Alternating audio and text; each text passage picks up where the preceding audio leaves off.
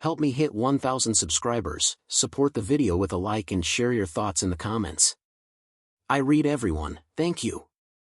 I never liked office parties, but that night I had a reason to attend. It had been 5 years since I founded Apex Dynamics, the tech company I quietly built from my garage. Last year, I stepped down as the public CEO and moved into a silent ownership role, letting my executive board run the daily operations. With a clean-cut successor and layers of management shielding my name, most new employees had no idea who I truly was. I preferred it that way. Distance gave clarity. And clarity let you see who people really were. My niece, Lydia Shaw, had joined the company 3 months earlier.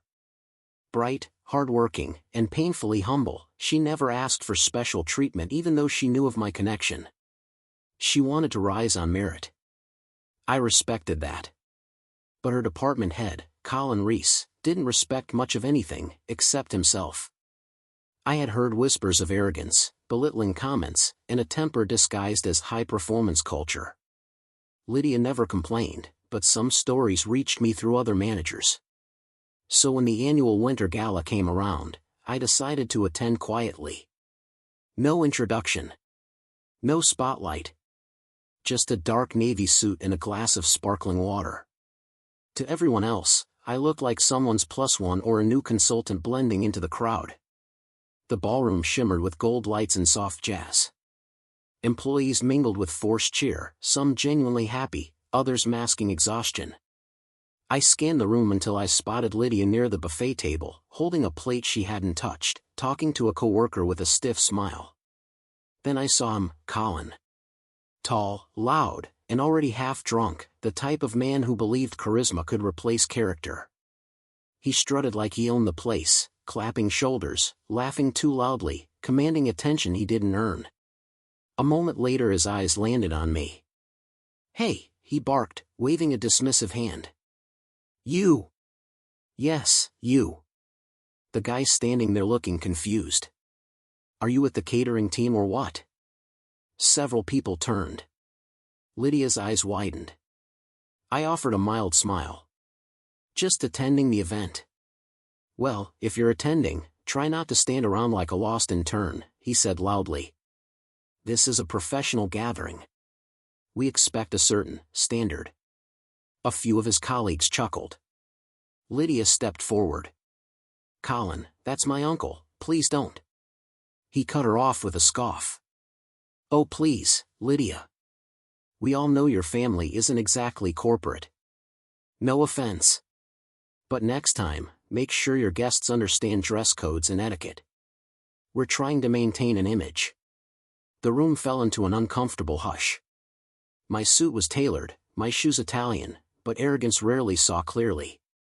Lydia's cheeks flushed with embarrassment. "Uncle Adrian, I'm so sorry." "It's perfectly all right," I said gently, though a slow burn of anger curled in my chest. Some people can't see beyond their own reflection. Colin raised an eyebrow. "Excuse me?" I didn't respond.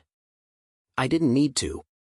Instead, I walked past him, letting the tension hang in the air. But Colin wasn't done. An hour later, when the speeches began, he took the stage to introduce himself, despite no one asking him to. "I'm Colin Reese, head of operations," he announced, straightening his tie with pride. "I know the top management will be here soon, maybe even someone from the ownership side." He smirked in my direction. "But until then, you're stuck with me. And I promise I run a tight ship. Discipline. Standards. And no deadweight." Some people clapped out of obligation. Others looked away. My blood simmered, not from the insult toward me, but from the way he had spoken about his team, like they were disposable. After the speeches, the board members finally arrived. They spotted me instantly, approaching with warm greetings and respectful nods. Colin watched from afar, confusion creeping into his expression. Then Chairwoman Eliza Grant said loudly enough for nearby employees to hear. "Adrian, it's wonderful to have you back. The company hasn't felt the same without its founder walking the floor." The music didn't stop. But the entire room went silent. Colin's face drained of color. Whispers scattered like sparks through dry leaves. Founder? That's the owner? Oh my God. Lydia looked at me with a mixture of shock and relief. Colin finally stepped forward, attempting a shaky smile. And Mr. Shaw. I didn't realize. I met his eyes, calm but unyielding. Yes, Colin. That's the point. Colin's confidence collapsed like wet paper. He opened his mouth twice, searching for a sentence that would save him, but nothing arrived. The crowd around us waited, watching him the way people watch a tower wobble before it falls. I didn't raise my voice. I didn't need to. You judged me based on what you assumed, I said quietly. But your assumptions aren't the problem, Colin. Your behavior is. He swallowed hard. Sir, I apologize. Truly. It was all a misunderstanding. A misunderstanding, I repeated softly, is when you bump into someone by accident. Not when you humiliate an employee's family member in front of a room full of colleagues. His jaw tensed. Someone near the bar muttered, "He's done." But I wasn't interested in public execution. That wasn't the point. I turned to Lydia. Walk with me. She followed, still overwhelmed, as we stepped onto the open balcony overlooking the winterlit city. The music inside faded to a dull hum. You should have told me, she whispered. I leaned on the railing. If I walked around announcing I own the place, I'd never know who people truly are. She nodded slowly. I didn't want special treatment. I wanted to be worthy. I smiled at her, softly, because her sincerity was something this company needed more of. You already are. She blinked back tears. I never expected tonight to turn out like this. Neither did I. We stood together for a few moments until the balcony door opened again. Colin stepped out, shoulders rigid, pretending calm while fighting panic beneath the surface. Mr. Shaw, he said, voice strained, if you'd allow me a moment. I believe there's been a grave misinterpretation of my character. I didn't turn toward him. Is that so? Yes. I'm strict, absolutely, but only because I want excellence. Perhaps I came off poorly tonight, but I assure you, I'm a high performer. Our department's metrics speak for themselves. Your metrics, I interrupted, are numbers. Your people are not. His mouth shut. Lydia stood quietly beside me, hands clasped. I finally faced him. You insulted me. That doesn't matter. But you insulted and belittled your team repeatedly tonight, people who trust you with their time, effort, and livelihood. He opened his hands helplessly. Sir, please. I can change. Change is not an apology spoken out of fear, I replied. Change is a choice made before consequences appear. Inside, the party continued, but the air between us had shifted, cool, still, unbroken. Colin exhaled shakily. Are you firing me? No, I said simply.